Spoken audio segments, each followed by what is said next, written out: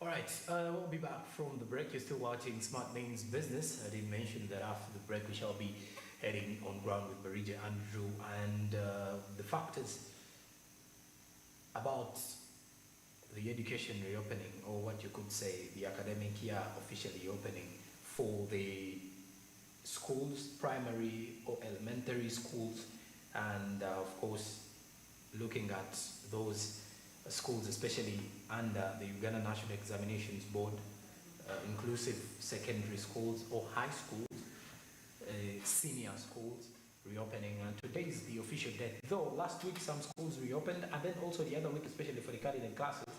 But this week is the official date for reopening, 6th of February 2023. And Marija Andrew is bringing us more discussions regarding the education sector and how parents can quickly tap into some opportunities to raise some fees. And only that, how our schools are prepared to take up these students as the year has already started off, the first term has kicked off, and then where is the money coming from, by the way, because some of the people do not really have money and they're trying to pull the strings to make sure that they get their children back to school. But how possible will they be able to support their children is stay in school this time? Let's have Marija Andrew on ground this morning.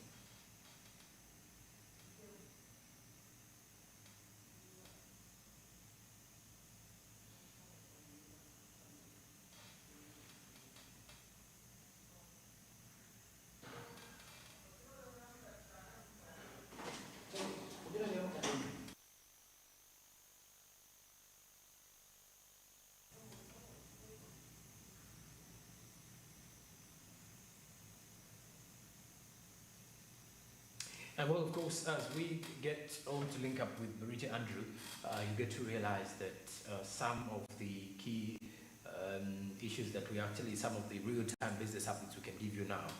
If you're to go into the traditional schools today, it is actually reporting day. Most of the parents actually doing their clearance. Some of the schools started reporting as of Saturday. That is for the boarding schools, especially Saturday, Sunday. It was clearing of school fees, clearing of the necessary requirements, because some schools actually have it that you have to have all the requirements to zero before the child starts off, and then at least 80% of the school fees. Others actually want 50% of the school fees before visitation day, and then others would wish to have the school fees cleared by visitation day. And then there are those other schools who want at least 80% of their school fees cleared at the start of the term. I haven't had of discussions where we have schools that want a full balance or full school fees cleared on day one. I haven't had, but of course I will stand to be corrected in case you're a parent who has a child going to a school where you need to clear all school fees on day one, because even with universities, apparently, at least a child is supposed to complete tuition by at least 70%. And then when it comes to registration for exams, that is when they want full fees payment. But of course, there are also provisions whereby someone can easily sit for an exam and then later on clear the school fees if at all they want to graduate. So there are lots of things, there are lots of policies in schools and learning institutions that are put in place to at least get some money from the available students, from the parents, or as well money from the people who actually fund and support the growth of this particular student. So that's exactly what you need to know of this particular morning if we are to look at that kind of situation. But well, besides that level of education in the country, parents are quite reminded that it's important for us to be in the same space of ideally taking our children back to school. It is the week. Let's try to ensure that we fund our children is stay in school and at least support the future generation as well. But also school that is school proprietors should be at least a little bit more compassionate, if I'm to say that in that way, to at least let the parents pay in with ease. At times you realize not all of the parents can afford the same amount of fees clearance on day one as the rest. because of the differences in the kind of income, earnings, and all that. But of course, as the schools restart, we do wish all the parents the best as they're taking their children back to school. And for those that have already taken their children back to school, you all know what you've been going through for the moment. But we do hope that God does reward you richly in this particular one. Now we head on ground with Barija Andrew to check out and see what else and how the schools opening has put the parents and the schools in the spotlight, and how can we prepare for the first term.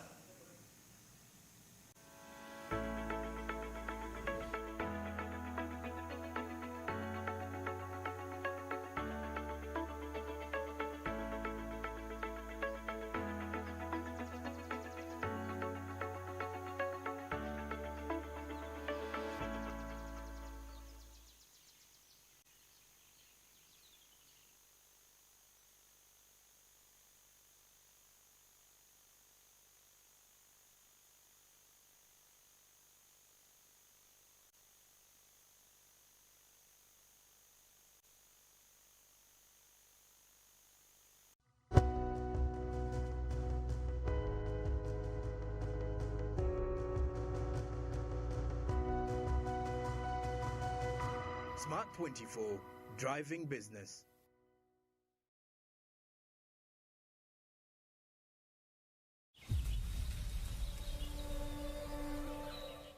Saving or securing for the future does not only mean investing in stocks, real estates, or companies, but there are so many chances of becoming a billionaire through practicing agriculture. You don't need a very big plot of land or large capital to start, but slowly by slowly you can build an empire. Uganda's economy is made up of agriculture, services, and industry sectors. But agriculture comes out as the backbone of Uganda, employing 70% of the population and contributing half of the country's exports and earnings. Agriculture being the main supplier of raw materials for several companies, and it's readily marketed both in urban and rural areas. There are so many chances of the next billionaires coming from agriculture. From the farmers to the processors, from the processors to the traders, and from the traders to the final consumers. We shall be taking you through the whole agriculture chain. My name is Chris Chitaka Haman, and this is Farm Smart, showing every Friday 7 to 8 p.m. only on Smart24 TV, driving business.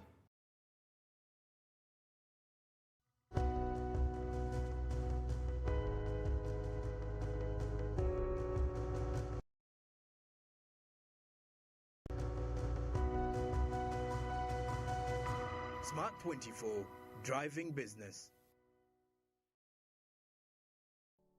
Luxury redefined at Seasand Hotel as you indulge in the splendor of elegant living fit for the royalty that you are. Step into comfort, pampering and blissful customer-centric service as you select from our range of comfy exquisite living quarters furnished to meet with your royal preference. Surrounded by scenic beauty, our tropical setting allows you to escape the glamorous ordeal of city life. Our ambient green gardens will guide you to a place of revitalizing rest. The 3-star restaurant caters to your palate, serving your choice menu ranging from exotic cuisines to local delicacies. Our chefs will serve you full-course meals for a truly out-of-this-world culinary experience. Our fully stocked bar to whet your throat, from renowned global brand whisks, brandies, gins, beers and wines to our locally celebrated beverages, you will not lack for any brewage. It's an all-new experience in the East at Seasand Hotel, so visit today at Plot 15 to 19 Spire Road, Ginger, or contact us on +256 751 719 960 and +256 785 354 614 for reservations. Seasand Hotels, luxury redefined.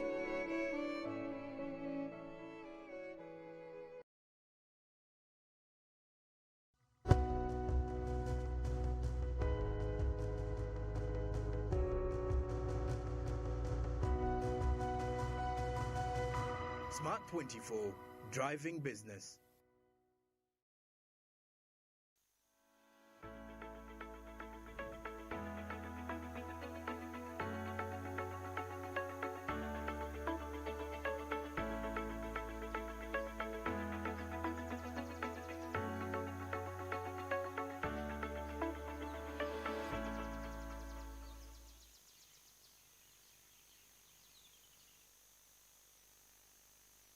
Come back from that break, and this is Smartman's Business on Ground. I'm Andrew Barije. Apologies for the delays, of course, just a few technicalities right there, but of course we are here.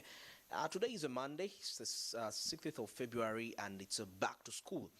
You know, it's been a very long holiday because I remember schools actually closed before the actual dates they should close. That was last year, due to, of course, a few issues just right there. But now today they're opening back. Of course, some started last week, but some, of course, majority have started this week. But of course, there has been quite lots of concerns regarding the fees being too much, and the parents saying that they can't they're not in position to pay these fees. Probably they could be requesting some kind of a slight reduction from the school owners. But of course, these are the matters that we are going to discuss today on SMB on Ground. Parents saying they can't afford fees. So what ways can there be some sort of an understanding between the schools and the parents? And with me, I'm joined with Mr. Kawesa Christopher Chuanuka, and of course, an entrepreneur into the education sector. And he's also an administrator on the board that governs the private schools that is in Uganda. But he also has a school. And of course, just right there, I'll be telling you as we have the discussion going on. But let's have a discussion regarding today's topic. Mr. Kawesa, you're very welcome on SMB on Ground. Oh, thank you very much, Andrew. I'm very pleased to see that I host a Smart24 TV at my home. Oh, okay. Yeah, it has. Good morning, every person, the viewers down there. Let me take the opportunity to congratulate all those who have been able to open the schools. I also want to congratulate those students, the learners in primary that have made it to secondary school. And finally, I want also to congratulate the parents that are still having the courage to take their children to school. Never give up. That is the Gayaza motto. Never give up. Right. And the Chiriocha Parents Secondary School motto is nurturing professionals. Please keep nurturing the professionals of tomorrow. Okay, that is very, very interesting. Now, maybe to discuss. Parents are complaining fees are too much, increment in the fees. What could have been the actual cause of why the fees are increasing lately? It's the general market, the general economy, everything. Now, when we look at the education sector, it is the ecosystem of the education sector is surrounded by the entire economy. And when you look at the whole economy from the primary production, the agriculture industry, up to the secondary and tertiary areas, manufacturing and trade and commerce and services, there is nothing that has not increased its costs.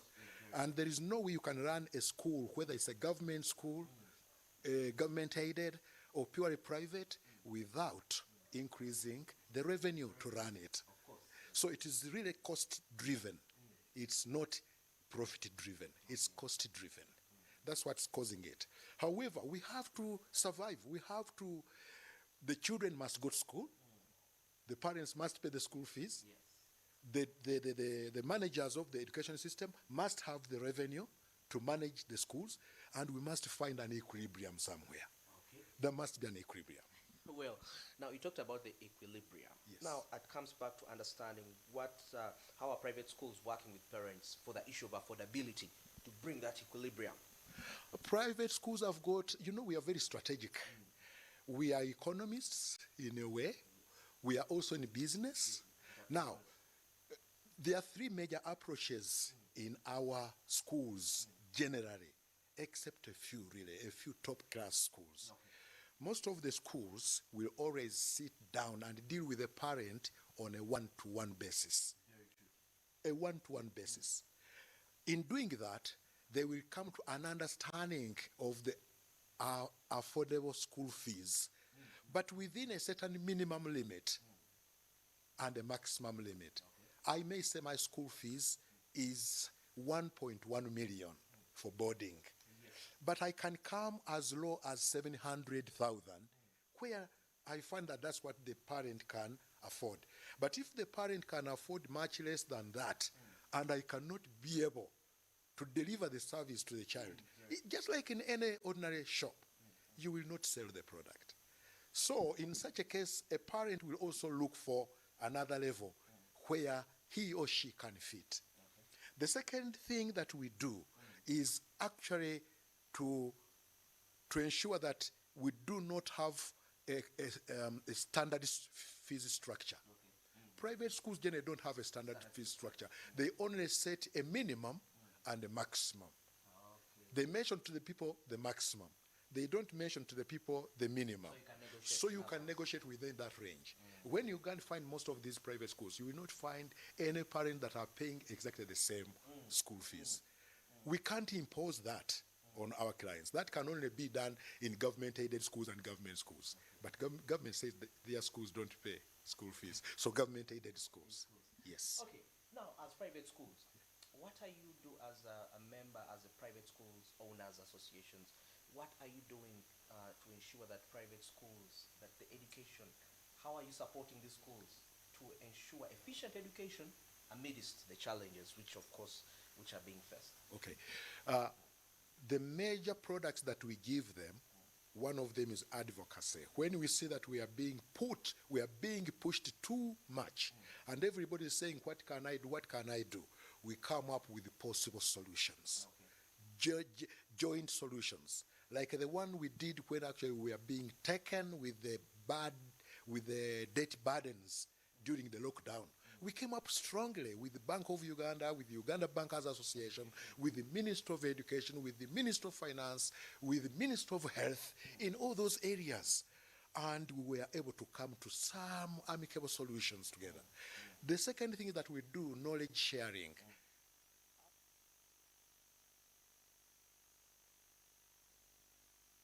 And of course, we shall be having an extension of that particular discussion tomorrow with Barite Andrew, who is on ground this morning, to give us more details regarding that. But due to some bit of technicalities, we weren't able to complete with the entire discussion. Of course, parents are rushing to take their children back to school, and that is why our on-ground discussion today has been rotating around the same matter of schools reopening. Now, as we are summing up with Smart Means Business, we've got 9 minutes to the top of the hour. I'm Joram Posonko, and many thanks for being part of the show. But as I'm signing out, we're linking up with financial markets, Anthony Sevale, who is right here, and he's taking you through the next 1 hour of programming with financial markets. Good morning, Anthony. Good morning, Joram Paul. How are you doing? I'm doing okay. It's a new month, a new year. Happy New One. Happy New Year. Of course, looking into the financial markets world, the American markets rallying, of course, against the Federal Reserve meeting this week and last week. And a couple of stocks are, of course, getting to review their earnings for the fourth quarter for the year 2022. But as well here in Uganda, when you look at Umeme stocks, they have remained resilient. If you know, of course, Umeme is going to be exiting Uganda in 2025, and that means a lot for the shareholders there. And of course, we're going to get to review what could be the market performances ahead of a very huge week on the financial market scene. All right, there you have it. Anthony Sebali is here to take you through financial markets. So stick around. There's no way you should be rather than sticking to Smart24 TV. And remember, the YouTube channel is Smart24 TV Live for more of the live programming and mixed interviews. For now, stick around. Anthony returns with financial markets. Good morning.